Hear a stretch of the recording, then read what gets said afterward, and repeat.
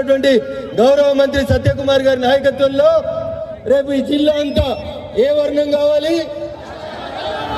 అప్పుడు ఎవరేమే కాషాయ వర్ణం కావాలి. ఒక్క నరేంద్ర మోడీ వెళ్తేనే ఈ దేశ చరిత్ర మారింది. నాడు వివేకానందుడు, నాడు నరేంద్రుడు అమెరికా పోయి కలగన్నాడు, నా దేశం విశ్వగురువు కావాలని కలగన్నాడు. ఆలస్యం కావచ్చు, 100 సంవత్సరాలు పట్టవచ్చు. నాడు నరేంద్రుడు కలగంటే ఈ రోజు ఈ నరేంద్రుడు మన దేశాన్ని ఏం చెప్తున్నాడు? విశ్వగురు చేసిండా? చేయలేదా? ఏడికి పోయినా అది ట్రంపా యూనుసా ఇంకొకరా పక్కకు పెట్టుండ్రి. అది ఏ దేశమైనా, అమెరికా అయినా, ఆబుదాబి అయినా, ఆస్ట్రేలియా అయినా, యుఏఈ అయినా, ఏడికి పోయినా ఈ జెండా ఇవాళ ప్రపంచమంతా ఒక మార్గదర్శనం చేస్తా ఉంది.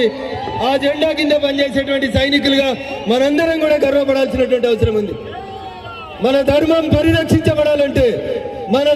పరిరక్షించబడాలంటే రామరాజ్య స్థాపన జరగాలంటే ఒకటి మార్గం.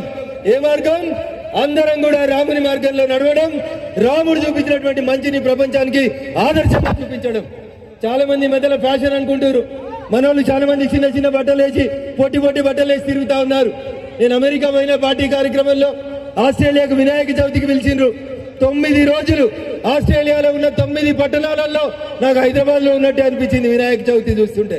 అంత గొప్పగా ప్రపంచంలో ఉన్న ప్రతి పాశ్చాత్య దేశంలో మన జెండా, మన సంస్కృతి ఎదుగుతా ఉంది. అలా రకంగా మన జెండాలు ఎగిరేస్తా ఉన్నారు. అందుకని మనం రాముడు నడయాడిన ఈ గడ్డ మీద పుట్టిన మనం మన సంస్కృతి సాంప్రదాయాల్ని ప్రపంచానికి చాటుతున్నాం. సంస్కృతి సాంప్రదాయాల్ని ప్రపంచానికి చాటుతూ ఇంత గొప్పగా మనమంతా సంఘటితం అవుతున్నటువంటి